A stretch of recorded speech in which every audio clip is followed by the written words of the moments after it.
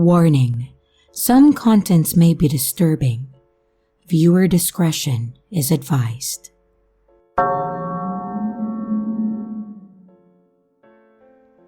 Okay, so this happened when I was babysitting 2 kids just a few months ago, and I knew that I had to share this with you.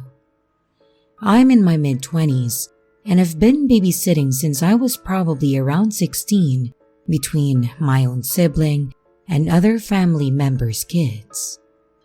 I started getting my own regular kids that I would watch too, so that pretty much took up a lot of my time, especially in the summer. But I didn't mind. Their parents typically paid well, especially the ones that had multiple kids. So one of my regulars recommended me to their co-worker, and I started watching their kids too. They had a 2-year-old girl named Macy and a 6-year-old boy named Josh. Macy was still just a baby, so when I did watch her, she was typically sleeping. If they were gone for longer periods of time, they offered to take her with them, but she was actually a pretty happy baby compared to the others that I've watched. So I didn't mind watching her. And Josh was a good kid too. He was your average kid. He played with cars, Legos, and dinosaurs. His favorite food was macaroni and cheese, and he hated bedtime, but always crashed immediately. So when their parents had a corporate dinner party, they asked me to watch them and I agreed, knowing that I wouldn't have any problems. So I got there around 5 p.m. and saw the parents off for the night. I want to explain their house a little bit, since it will be relevant. From the front door was the living room. Straight back was the dining room, and to the left was a hall that led to the parents' room, where Macy was still sleeping at that time. There was a bedroom for Josh and a bathroom. Behind the dining room was the kitchen, the back door, and another hall that led to their back room or office, and the stairs to the basement. The basement had been turned into a huge play area for Josh. All the big setups were down there, like the play workbench, and there was even a small play set with a slide and push-around cars. I know, if I was a kid, I would have a blast. So, there's the setup of the house. When I went over there that night, I was handed Macy as she was still awake, and Josh had been in his room playing. I said hi to Josh and then went back to the living room with Macy. After some time, Macy fell asleep, so I brought her to her parents' room. Josh was still in his room playing, but he had started getting loud and I didn't want him to wake her up, so I asked him to come play in the living room or downstairs. He had no qualms with playing downstairs, so off he went. They also had dinner already, so I was sitting in the dining room eating what I brought. I got carried away doing something on my phone, so I had been sitting there for a while. But then I heard laughing coming from the direction of one of the bedrooms. I was curious because I know I asked Josh to play downstairs, and I also never saw him walk by. I went to his room to see what he was doing, and he was nowhere in there. I checked in his closet, under his bed, under the blankets, and even in his toy chest, and he was nowhere to be found. I was a little worried that he may have been in the room with Macy, so I went into the room, and she was still fast asleep. I didn't want to snoop through the parents' stuff, so when I did a quick glance over the room, and I didn't see him, I closed the door and went to check his room one more time and still didn't see him. Then, I heard a thump coming from downstairs where I thought he was, so I went down to check. There were some toys sprawled around like he had been down there playing, but I still didn't see him. From there, I called out for Josh, starting to get slightly worried that I hadn't seen him. When I didn't get a response, I went back upstairs and checked the back door just in case, but it was still locked. Josh knew he wasn't allowed to go outside alone, and I don't think he would have been able to reach the deadbolt enough to unlock it, so I didn't think he went outside. Just in case though, I went to the front door to check it too, and it was also locked. I turned around to an empty living room, and at that point, I wasn't worried about waking Macy up, and I hollered out for Josh again, this time with a bit more of a serious tone. When I heard another laugh coming from the rooms, I went back to his room and still, it was empty. Now, I was starting to freak out. Josh wasn't the type to play little pranks like this, so I was confused and frustrated. Like, how was I able to clearly hear his laugh in his room? I went back to the dining room to grab my phone, ready to call his parents to be honest, to ask if he hid anywhere to give me some kind of idea, but my phone was also gone. So after searching the dining room, I went to the living room and I didn't find it. I thought, maybe I took it with me. So I checked the basement and the rooms one more time. Nothing. At this point, I had entered the rooms 3 times and the basement twice. So my last option was their home phone. I know, this had to be the only family that I've worked for that still had one. They joked about it because it was cheaper for them to get the phone with cable than cable alone. It was hanging in the dining room over by the closet, so I walked over it.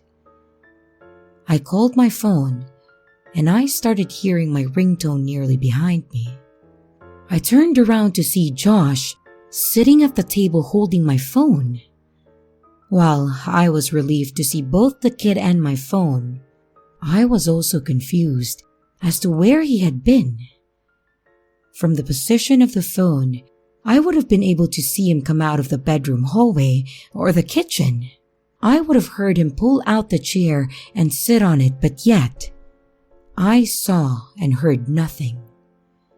I tried approaching it in a friendly way and asked him where he had been, and he just started laughing and handed me my phone. I tried being more exact and asked him if he was in his bedroom or his parents' room. He shook his head no. I asked him if he was in the basement. He said no. And same with the living room. He just said no and laughed. I just let it go because I didn't want to shake up this poor kid, but I did ask him to watch some TV with me in the living room. That way, I could keep an eye on the little Houdini. From then on, when I watched them, I didn't have another disappearing act, but if I didn't have a hold on my phone, it would just disappear and I would either find it somewhere that I wouldn't have left it, or Josh would find it. And I know it may be asked, but no, Josh wasn't taking my phone. Again, he didn't do that. And when I mean have a hold of it, I mean physically in my hand. If the last place I had it was in my pocket, it would end up somewhere else. If I left it in my purse or even my car, I would find it elsewhere.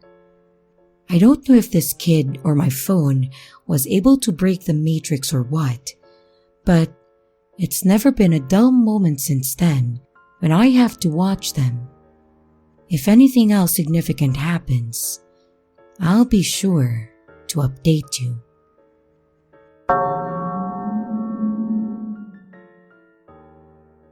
This took place back when I was around 12, which was around 18 years ago. I'm the oldest of 5 kids.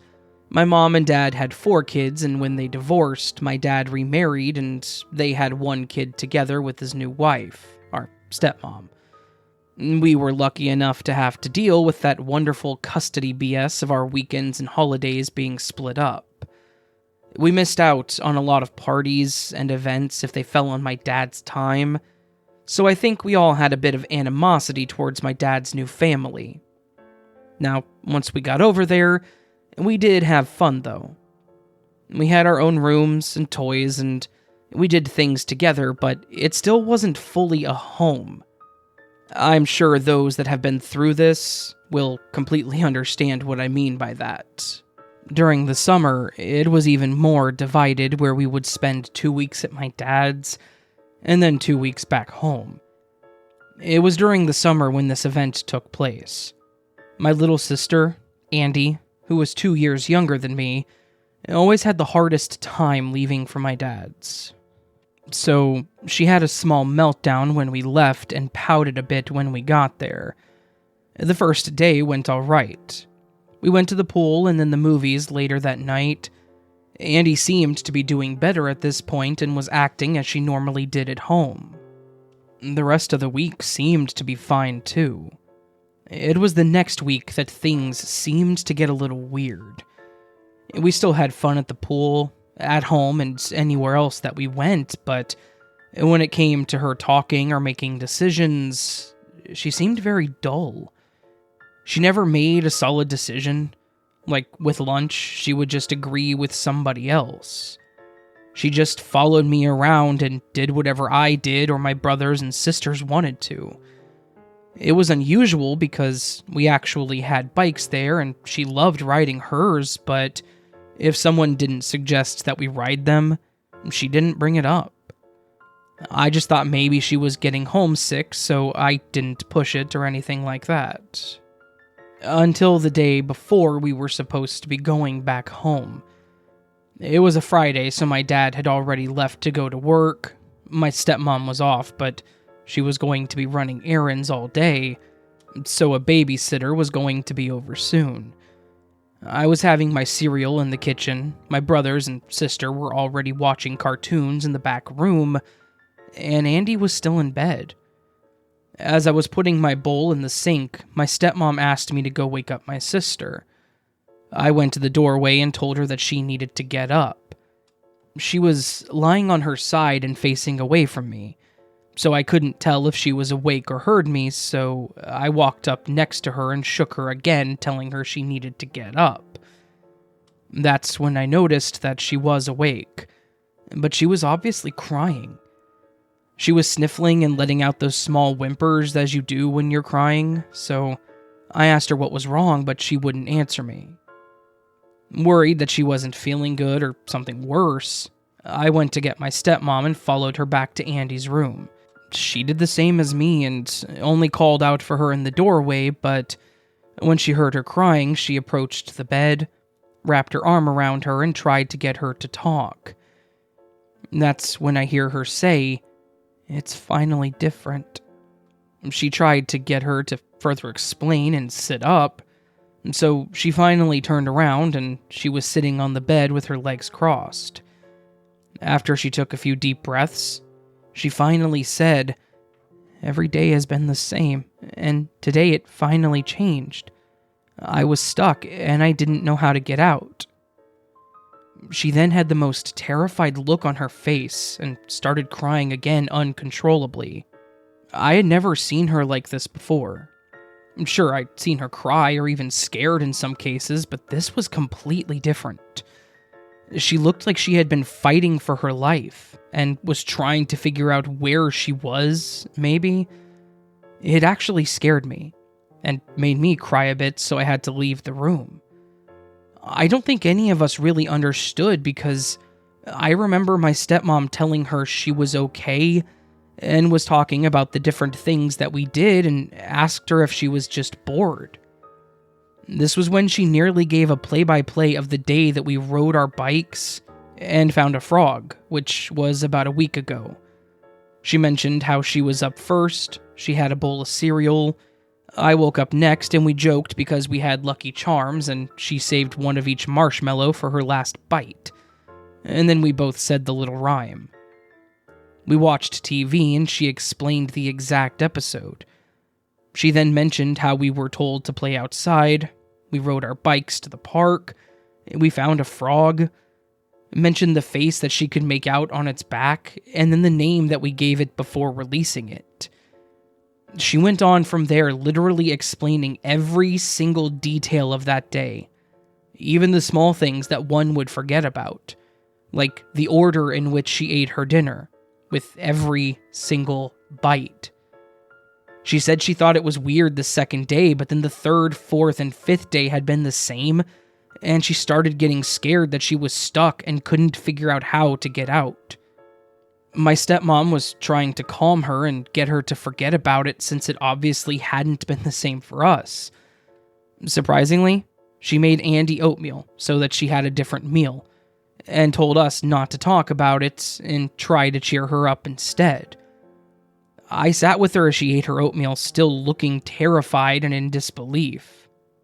The babysitter showed up when she was finishing up, so once she was done, I followed her to our room where we both got dressed, and then went into the living room to play the N64. I avoided talking to her about what happened, worried that I would upset her. To be honest, to kind of scare myself as well. I continuously asked her what she wanted to do that day so that she could pick, and it would be different. And unlike the prior few days, she chose with no indecisiveness. She wanted to play on the console for a bit, and then she wanted to play dolls with me, and then we even colored and made paper decorations for our room. It was completely different from the past few days. My stepmom must have told my dad about it because when he came home, he gave us all hugs, but then went to talk with Andy for a bit, and I overheard him asking if she was okay, and what she experienced earlier. He then assured her that it had been a whole week, and that maybe she just had a really vivid dream, maybe even just a bad dream. I don't think she believed it, but I think she just dropped it as she was done talking about it. As mentioned, this has been years ago, but my sister and my stepmom both remember it quite vividly. My stepmom said it actually scared her with just how terrified Andy looked, but had no idea what could have happened. She said that she was even worried if she'd had an accident on her bike or something, where maybe she hit her head, but nothing like that had happened. She told my mom about it too, just in case it may have been a medical thing, but nothing ever came of it. As for Andy, she still talks about it on occasion, but she has to be in a really good mood or even busy to keep her mind preoccupied, because it still terrifies her to the point that she nearly has a panic attack. Her memory is even the same as it was back then, with every detail that happened. I don't know if anyone else has experienced something like that, but it's always in the back of my mind that my sister may have lost a week of her life, or that I was living with a creepy, mundane copy of her for that entire week.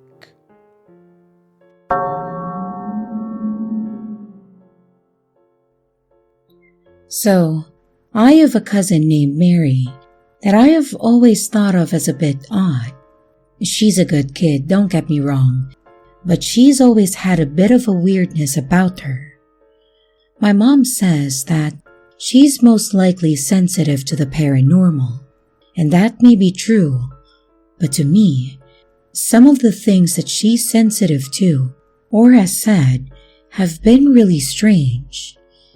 It's probably important to mention that Mary is 7 now, but when she started to say weird things, she was, I believe, around 4.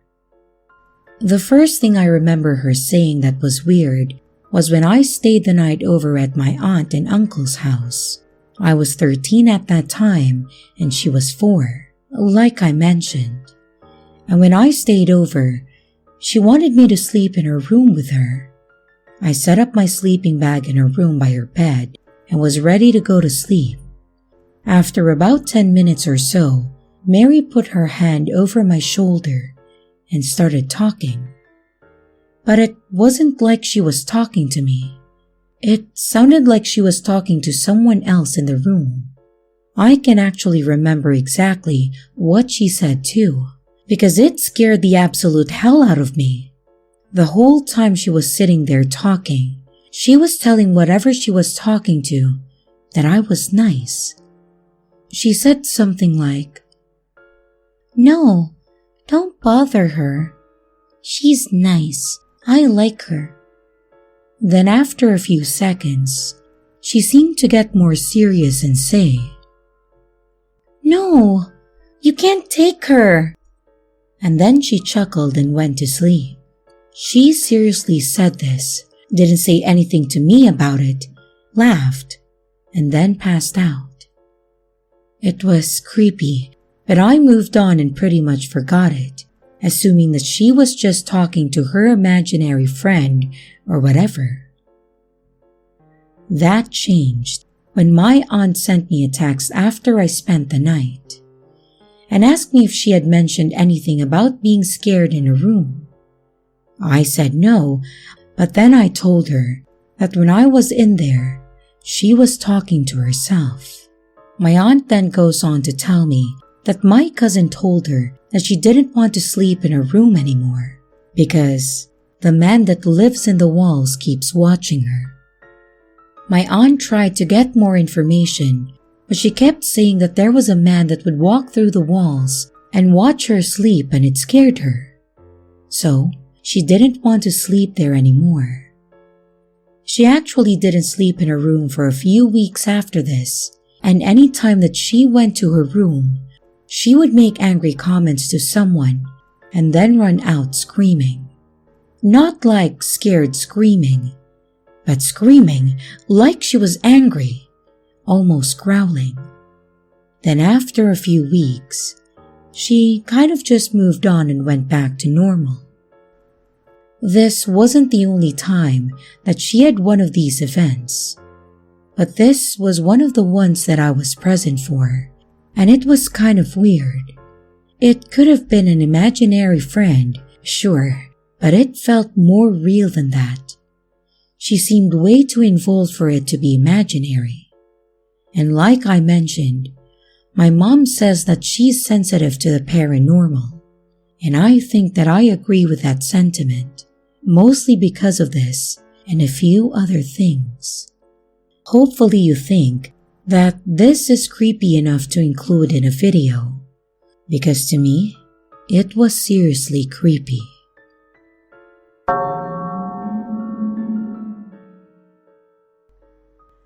I have a nephew that lives with his grandparents, so my parents.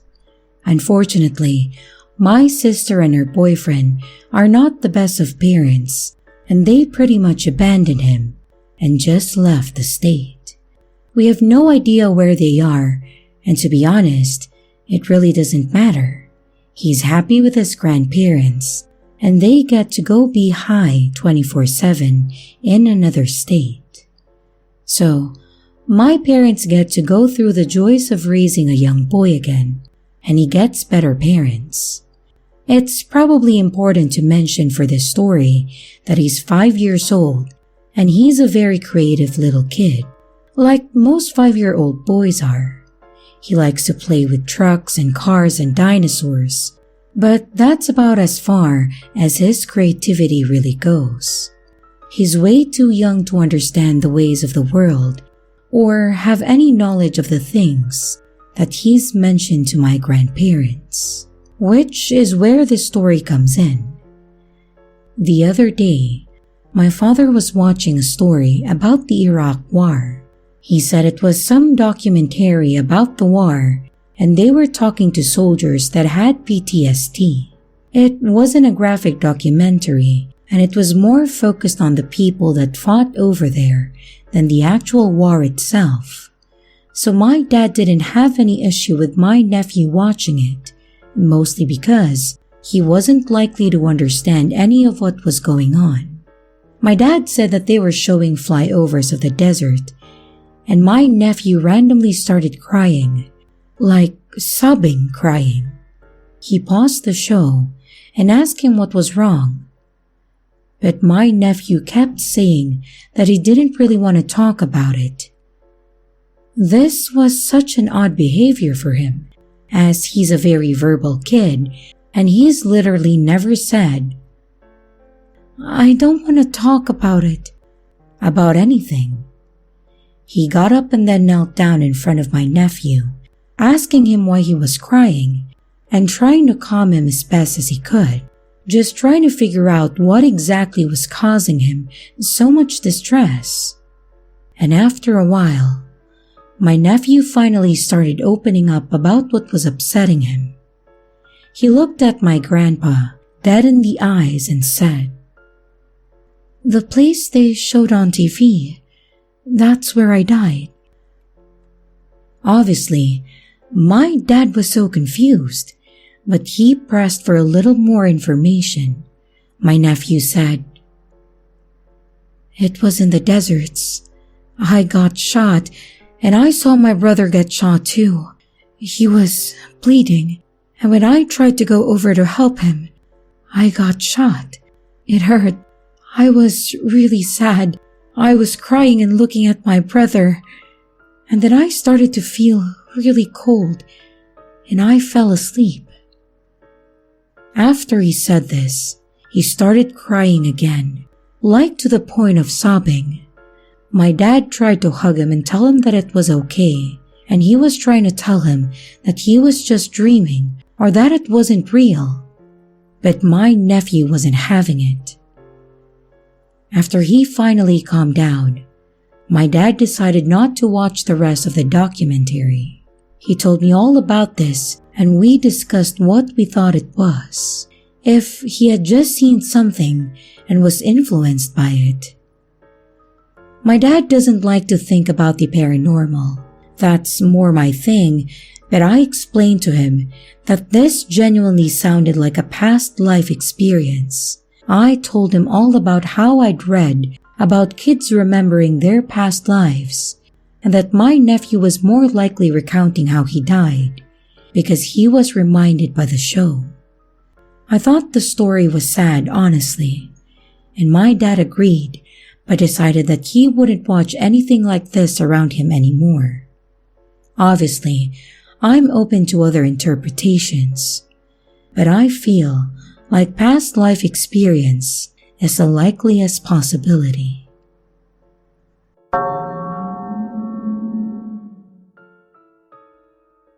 I had a bit of a creepy experience with a kid that happened around a week ago when I was at the store shopping for groceries. I was out taking some time to myself and just trying to pick up stuff for the week's dinner. I was browsing through the produce, trying to come to a decision on what I want, when I felt a slight tug on my pants, like someone was trying to get my attention. I turned to look, and sure enough, there's some random little boy just standing there and staring at me with puppy dog eyes. I looked down and kind of smiled, and then looked around to see if I could see his parents. But strangely enough, there weren't any adults around. I immediately went into protective dad mode, thinking that this kid got lost in the store, and I was going to have to help him find his parents. I knelt down and I said hi to him, and I asked him where his mom and dad were. He stared at me with a blank expression for several seconds, and then changed into a big smile. He then said, "I knew you were here. I could smell you." I was a bit confused. I didn't think that I smelled bad or anything, but the other part of that was trying to figure out what he meant by knowing that I specifically was here. I asked him if I knew him, and he just held that smile while staring at me. I asked him where his parents were, and he just slowly turned his head toward the main aisle. I looked up, and sure enough, there was a man and a woman walking toward me. The woman grabbed his hand and was apologizing profusely and saying that she was sorry if he was bothering me. I told her it was okay, that my boy was about his same age, so I knew how they can get in public. We talked for a few seconds about kids, both being parents and whatnot, and the whole time, Her kid was just staring straight at me with a terrifying smile. After a few moments, they started to walk away, and I told them to have a good day and the other basic pleasantries. And as they walked away, he looked at me and said, "I hope I smell you again soon," and then just kept on walking with them like that wasn't the weirdest thing that he could have said. And here are the top comments for my last video.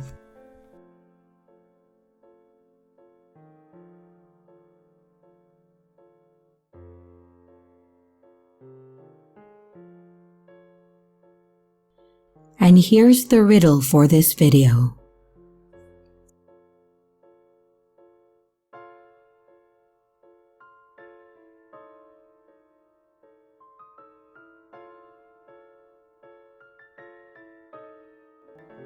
Hello everyone, it's your creepy sister here.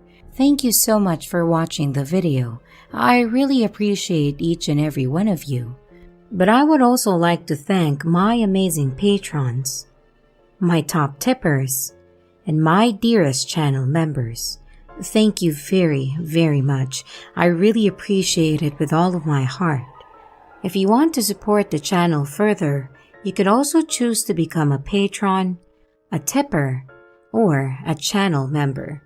But remember, it's appreciated, but never a requirement. I would also like to announce that we have merch now. The link is in the description of the video, along with all my other social media links, like my Discord server, Twitter, Instagram, and others. You can connect with me and send your stories there. And don't forget to like and subscribe if you haven't yet, and comments are highly appreciated. And remember, your fear feeds me.